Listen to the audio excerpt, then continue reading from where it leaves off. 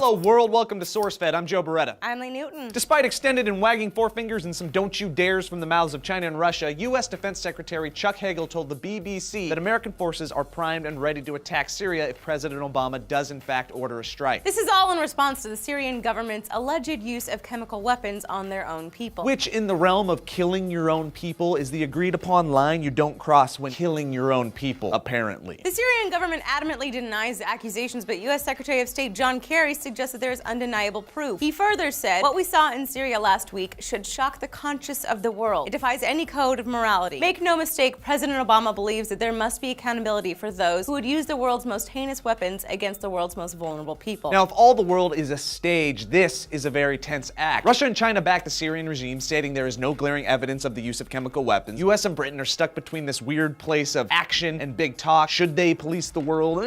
And the UN is trying to formulate a way to respond without things getting too messy. Too late! And the Syrian people are caught right in the middle. Some clamor for intervention while others are crying for the West to stay the frick out. And don't for one second think that the Syrian government is gonna just push over. Syrian Foreign Minister Walid Moallem said, "Syria is not easy to swallow. We have the materials to defend ourselves and we will surprise others." Okay, well, I hope those materials are not of a chemical nature, because that's kind of what this whole thing is about, you guys. So the world is still waiting on official confirmation from the inspectors at Damascus, but their job has been hampered by the Syrian government as well as sniper attacks and reports that shells are still falling in the area where the alleged chemical attacks took place. And that's why inspectors are delaying inspections that were supposed to happen today. John Kerry states that this is the Syrian government trying to systematically destroy evidence before UN inspectors enter into the area. Syria's like, the US is like, and then Russia and China are like, no, it is all a mess. What we do know right now is that the Syrian people are hurting and scared. The Pentagon has positioned 4 warships in the region with missiles ready to strike. Britain moved air fighters within striking distance, and the world is on the edge of its seat, waiting to see who makes the next move. And it's scary because the common denominator here is human life. So, where do you guys stand with the Syrian conflict? Should the US, Britain, or the UN intervene? If not, at what point do you think outside influences need to act in Syria? Let us know in the comments down below. And of course, click like, subscribe, click the annotation, or head on over to SourceFed.com. I'm Lee Newton. I'm Joe Beretta.